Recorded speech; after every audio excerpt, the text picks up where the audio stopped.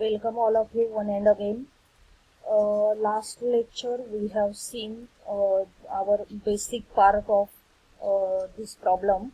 This is problem number 3. In this current session आपण काय करूया, या प्रॉब्लेमचं काय करूया, सोल्युशन बघूया. बघा दोन्ही पद्धतीने बघूया.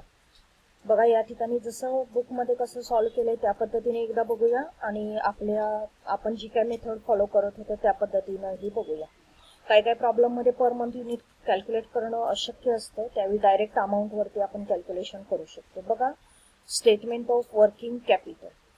स्टेटमेंट ऑफ वर्किंग कॅपिटलमध्ये फर्स्ट काय असतं आपल्या, current assets and current liabilities. Current asset first, current asset stock. So stock त्याच्यामध्ये आपण लिहिणार रॉ मटेरियल. मग रॉ मटेरियलशी कनेक्टेड जी काय ऍडजस्टमेंट दिलेली आहे ती तुम्ही प्रॉब्लेममध्ये बघू शकता. बघा रॉ मटेरियल पर युनिट जे काय आहे ते सेलिंग प्राइसच्या 60% आहे, जे 12 रुपीज आलं आपल्याला माहिती आहे. ठीक आहे. Raw material remain in stock for 2 month. Raw material stock मध्ये आपल्याकडे किती दिवस आहे, 2 मंथ. मग कॅल्क्युलेशन कसं करणार बघा. मंथली प्रोडक्शन युनिट आपले 9000 आहे, ते जर तुम्ही घेतला तर त्या पद्धतीने कॅल्क्युलेशन केला तर कसं कॅल्क्युलेशन होणार. Raw material 9000 into 2 into raw material per unit cost किती आहे, 12 आहे. बघा रॉ मटेरियलचं कॅल्क्युलेशन कसं होणार. 9000 monthly product sales unit, so 9000 into 2 month. Raw material आपल्याकडे 2 मंथ राहणार आहे म्हणून 9000 into 2 into raw material per unit किती आहे, 12 आहे. अमाऊंट हीच येणार 2,16,000. Means we require 2,16,000 for raw material. Okay. Working capital आपल्याला 2,16,000 लागेल आपल्या रॉ मटेरियलसाठी. किंवा डायरेक्ट तुम्ही कॅल्क्युलेशन करू शकता. 9000 इंटू 12 केल्यानंतर मंथली किती लागणार आहे आपल्याला मटेरियल, तर त्याचा आन्सर येतं 1,08,000. मंथली जर 1,08,000 असेल तर 2 मंथ आपल्याला केफ्ट करायचं आहे. रॉ मटेरियल किती येणार, 2,16,000. बघा या पद्धतीनं समजत असेल या पद्धतीनं सोल्युशन करा किंवा आपली जी पद्धत आहे ती फॉलो करा. Monthly sales unit 9000 into 2 month आपल्याला ते केफ्ट करायचं आहे into raw material per unit 12. बघा 9000 इंटू 2 इंटू 12 अमाऊंट येणार 2,16,000. Next is the work in progress. Stock 3 टाईपचा स्टॉक असतो, raw material, work in progress and finished goods. So work in प्रोग्रेसला आपण काय करतो, वर्क इन प्रोग्रेसला त्यांनी काय दिलेलं आहे बघा. The processing period will take half a month, असं 1 मंथ असं काहीतरी दिलेलं आहे प्रॉब्लेम मध्ये. ठीक आहे. या ठिकाणी पटकन दिसत नाहीये त्याच्यामुळे पुढे पुढे स्लाइड जातात, आपल्याला पाठी जायला पाहिजे. बघा काय दिलेलं आहे. Material remain in process for 1 month. Material process मध्ये आहे 1 मंथ साठी. ठीक आहे. मग मटेरियल जर 1 मंथ साठी प्रोसेसला असेल तर काय करतो आपण बघा. 1 मंथचे प्रोडक्शन युनिट किती आहेत, 9000. 9000 इंटू 1 इंटू आपण कॉस्ट कन्सिडर करताना काय करतो, 100% raw material and 50% of labour and overheads. मग बघा 100% रॉ मटेरियल म्हणजे किती येणार, 9000 इंटू 1 इंटू रॉ मटेरियलचे 12 रुपीज पूर्णच्या पूर्ण घ्यायचे, लेबरचे 4 रुपीज आहेत त्याच्यापैकी 2 रुपीज घ्यायचे आणि ओव्हरहेड 1 रुपीज आहे त्याच्यापैकी 2 रुपीज आहे त्याच्यापैकी 50% म्हणजे 1 रुपीज घ्यायचे. बघा रॉ मटेरियल 12च्या 12 पूर्ण घेणार आपण. लेबर काय करायचे, 4 रुपीज पैकी 2 रुपीज घेणार, 12 प्लस 2 14 झाले आणि ओव्हरहेड 2 रुपीज पैकी 1 रुपीज घेणार म्हणजे 15 रुपीज झाले. म्हणजे आपल्या पद्धतीने आपण कॅल्क्युलेशन कसं करणार बघा. 9000 इंटू 1 इंटू 15 लिहून ठेवा. 9000 इंटू 1 इंटू 15 या पद्धतीनं आपल्याला WIPच्या फेजला वर्किंग कॅपिटल रिक्वायर्ड आहे 1,35,000. हे झालं माझं डायरेक्ट कॅल्क्युलेशन. या पद्धतीनं जर तुम्ही गेलात तर बघा 1 मंथ साठी रॉ मटेरियल रिक्वायर्ड आहे 1,08,000 इंटू 1 मंथ केफ्ट करायचं आहे 1,08,000 येणार. लेबरच्या मात्र 50% घेतो आपण म्हणून बघा लेबर 1 मंथ साठी रिक्वायर्ड आहे 36,000 into 50% 18,000. Overhead 18,000 into 50% 9,000 and total 1,35,000.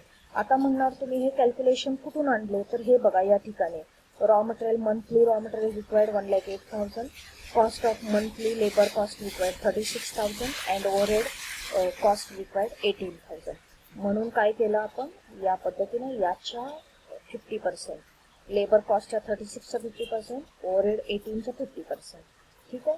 आणि मटेरियल आहे तसं आपल्याला 1 मंथचं रिक्वायर्ड आहे, तर त्यांनी त्या पद्धतीने कॅल्क्युलेशन केलेलं आहे. ठीक आहे. फिनिश्ड गुड्सची ऍडजस्टमेंट तुम्ही बघा प्रॉब्लेम लिहिलेला असणार आहे तुमच्याकडे. मी आता प्रिव्हियस स्लाइडला जात नाहीये. बघा stock of finished goods 1 month. आपल्याला स्टॉक ऑफ फिनिश्ड गुड्स 1 मंथचा गरजेचा आहे. आपलं कॉस्ट स्ट्रक्चर आपल्या डोक्यात पाहिजे. रॉ मटेरियल 12 रुपीज आहे, लेबर 4 रुपीज आहे, ओव्हरहेड 2 रुपीज आहे, सेलिंग प्राइस 20 रुपीज आहे, टोटल कॉस्ट आहे आपली 18 रुपीज पर युनिट. ठीक आहे. मग बघा स्टॉक ऑफ फिनिश्ड गुड्स आपल्याला 1 मंथ केप्ट करायचं. आपलं कॅल्क्युलेशन कसं आहे, 9000 इंटू 1 इंटू फिनिश्ड गुड्स म्हटलं की टोटल कॉस्ट विसरायचं नाही, 18 रुपीज. ठीक आहे. बघा मग 9000 monthly sales unit into 1 month आपल्याला फिनिश्ड गुड्स केप्ट करायचं आहे. सो 9000 इंटू 1 इंटू आपली टोटल कॉस्ट आहे 18 रुपीज. आपल्याला फिनिश्ड गुड्स साठी वर्किंग कॅपिटल लागेल 1,62,000. मग तुम्ही म्हणणार हे 1,62,000 काय आहे, तर जे काय आपण वर्किंग नोट जी काय नेक्स्ट स्लाइड मध्ये आहे बघा या ठिकाणी आपल्या, त्या ठिकाणची टोटल कॉस्ट त्यांनी घेतलेली आहे 1,62,000. या 1,62,000 ला त्यांनी डायरेक्ट कॅल्क्युलेशन केलेलं आहे बघा. 1,62,000 इंटू 1 मंथ. त्याच्यामुळे ते अमाऊंट आली 1,62,000. आपल्या कॅल्क्युलेशन नुसार सुद्धा ती 1,62,000 येणार. आपलं कॅल्क्युलेशन कसं आहे, monthly sales unit 9000 into 1 month आपल्याला केप्ट करायचं आहे. 9000 इंटू 1 मंथ साठी इंटू आपली टोटल कॉस्ट किती 18. त्याच्यामुळे 1,62,000. डेटर्सच्या बाबतीत काय ऍडजस्टमेंट आहे बघा. डेटर्स आपल्याला 2 मंथ साठी केप्ट करायचे आहेत आणि डेटर्स आपल्याला कॅल्क्युलेट करायचे आहेत सेलिंग प्राइस वरती. मग बघा मंथली सेल्स युनिट 9000. बघा लिहून ठेवा त्या ठिकाणी, खूप महत्वाचं आहे. Monthly sales unit 9000 into 2 month आपल्याला क्रेडिट पिरियड मिळालेला आपल्या कस्टमरना देतोय आपण. 9000 इंटू 2 इंटू सेलिंग प्राइस वरती डेटर्स कॅल्क्युलेट करा म्हटलेलं आहे त्यांनी, बरोबर आहे. सेलिंग प्राइस किती आहे 20.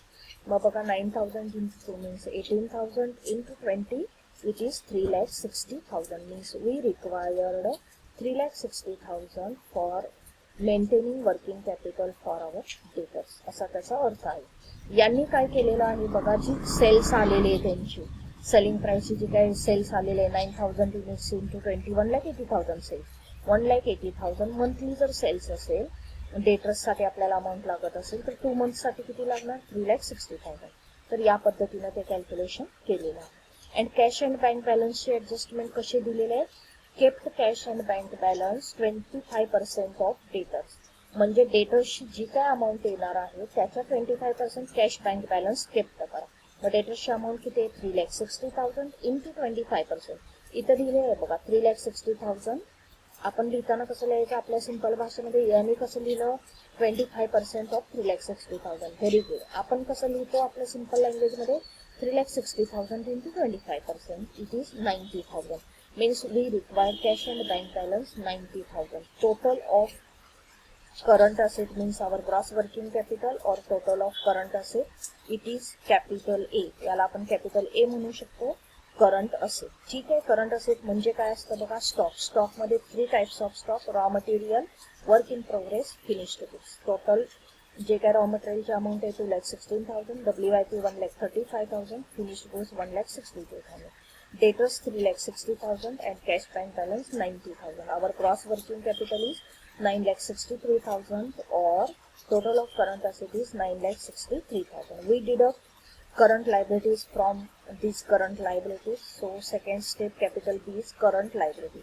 इथे तुम्ही लेस लिहू शकता, लेस current liability. And always our first current liability is a creditor. Creditor म्हटलं की काय करायचं बघा, क्रेडिटरचं ड्युरेशन किती दिलेलं आहे बघायचं. त्याच्यानंतर क्रेडिटर म्हटलं की only raw material element consider करायचा. बघा मग क्रेडिटरला प्रॉब्लेम मध्ये किती दिलेलं आहे 1 मंथ. आता मी प्रॉब्लेम मध्ये जाणार नाही प्रॉब्लेमच्या स्लाइडला, कारण तुमच्याकडे प्रॉब्लेम आहे, तुमच्याकडे नोटबुक आहे, तिथे प्रॉब्लेम लिहून काढायचा व्यवस्थित पॉज करून. प्रॉब्लेम तुम्ही मोबाईल वापरत असाल, लॅपटॉप वापरत असाल, कम्प्युटर जे काही यूज करता, पॉज करायचं, प्रॉब्लेम कम्प्लीट लिहून काढायचा. सोल्युशनच्या वेळी तुम्ही तिथं बघायचं मी बरोबर बोलते का. ठीक आहे. आणि काही चूक असेल तर कमेंटमध्ये व्हिडिओ त्या ठिकाणी लेक्चरच्या खालच्या कमेंटमध्ये तुम्ही लिहू शकता, बाबा इथे हे मिस्टेक झाली. कारण कसं असतं रेकॉर्डिंग करत असताना या ठिकाणी जी काय परिस्थिती असेल त्याच्यामध्ये कधी कधी थोडा डिस्टर्बन्स आला तर इकडे तिकडे सेंटेन्सेस होऊ शकतात. बघा क्रेडिटर्स, बघा आपण मंथली सेल्स युनिटवर कॅल्क्युलेशन करतोय. Monthly sales unit is 9000. So 9000 into क्रेडिटरला आपण आपले क्रेडिटरने आपल्याला क्रेडिट पिरियड 1 मंथचा दिलेला आहे, म्हणून आपण काय करायचं 9000 into 1 into raw material per unit किती आहे 20च्या 60% म्हणजे 12 रुपीज. बघा 9000 इंटू 1 इंटू 12 करून बघा 9000 इंटू 1 इंटू 12. आपण आपला फॉर्म्युला तो कधीच बदलायचा नाही. बघा म्हणजे आपल्याला परफेक्ट समजत जातं. दोन्ही पद्धतीनं आपण करायचं. 9000 monthly sales unit into 1 month आपल्याला क्रेडिट पिरियड अलाउड केलेला आहे आपल्या क्रेडिटरनी into 12 is the raw material per unit. Means we required 1,08,000 for payment of creditor. ठीक आहे. आणि यांनी कसं केलेलं आहे, जे काय वर्किंग नोट आपण केलेले बघा अगोदर 9000 इंटू 12 म्हणजे 1,08,000 मटेरियल रिक्वायर्ड फॉर 1 मंथ आणि तेवढाच क्रेडिट पिरियड आहे म्हणून ते तेवढंच येतं 1,08,000. नेक्स्ट त्यांनी काय दिलेलं आहे बघा wages outstanding for 1 month. Wages outstanding आहे 1 मंथ. वेजेसचं कॅल्क्युलेशन कसं करणार बघा 9000 monthly sales unit into 1 month. जे काय मंथमध्ये दिलं जातं ते इंटू डिरेक्ट 1 करणार आपण. 9000 इंटू 1 इंटू वेजेसची कॉस्ट किती आहे 20% on selling price. 20% selling price 20 आहे, 20% म्हणजे 4 रुपीज. मग बघा 9000 इंटू 1 इंटू 4 अमाऊंट किती येणार 36,000.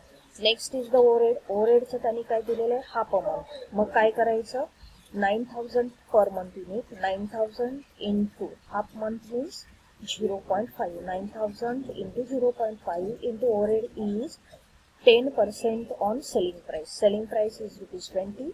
10% means it is 2 rupees. मग बघा 9000 इंटू 0.5 इंटू 2 रुपीज इथे येणार 9000. एवढेच आपले करंट लायबिलिटीज आहेत. मग कसं येणार बघा creditors 1,08,000, wages 36,000, overhead 9,000.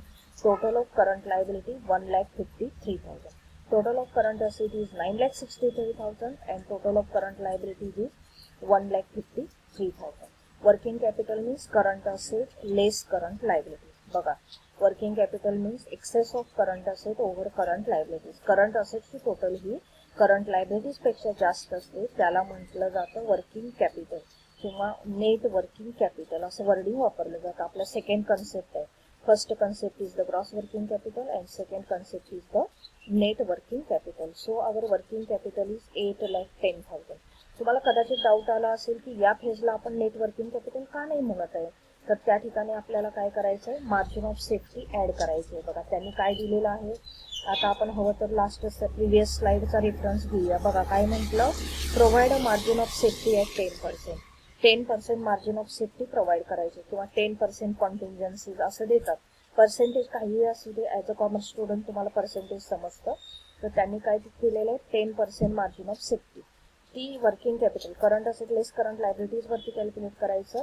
8,10,000 into 10% it is 81,000. म्हणजे ज्या काही मार्केट कंडिशन्स असतात, फ्लेक्झिबिलिटी किंवा इन्फ्लेशन्स असतात त्याच्यासाठी हे मार्जिन ऍड केलं जातं. कारण वर्किंग कॅपिटलचं आपण प्रिडिक्शन करतोय, बरोबर आहे ना. मग बघा add margin of safety it is 10%.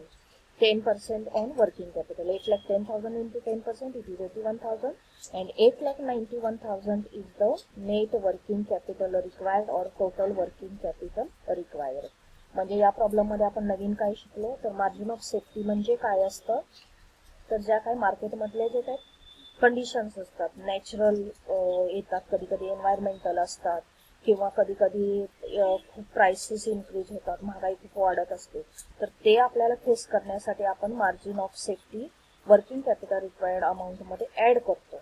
फ्युचरमध्ये येणारे जे काही कॉन्टिंजन्सीज असतात त्याच्यासाठी आपण काय करत असतो प्रोव्हिजन करत असतो. So this is the our next problem number 3. total working capital required is 8,91,000.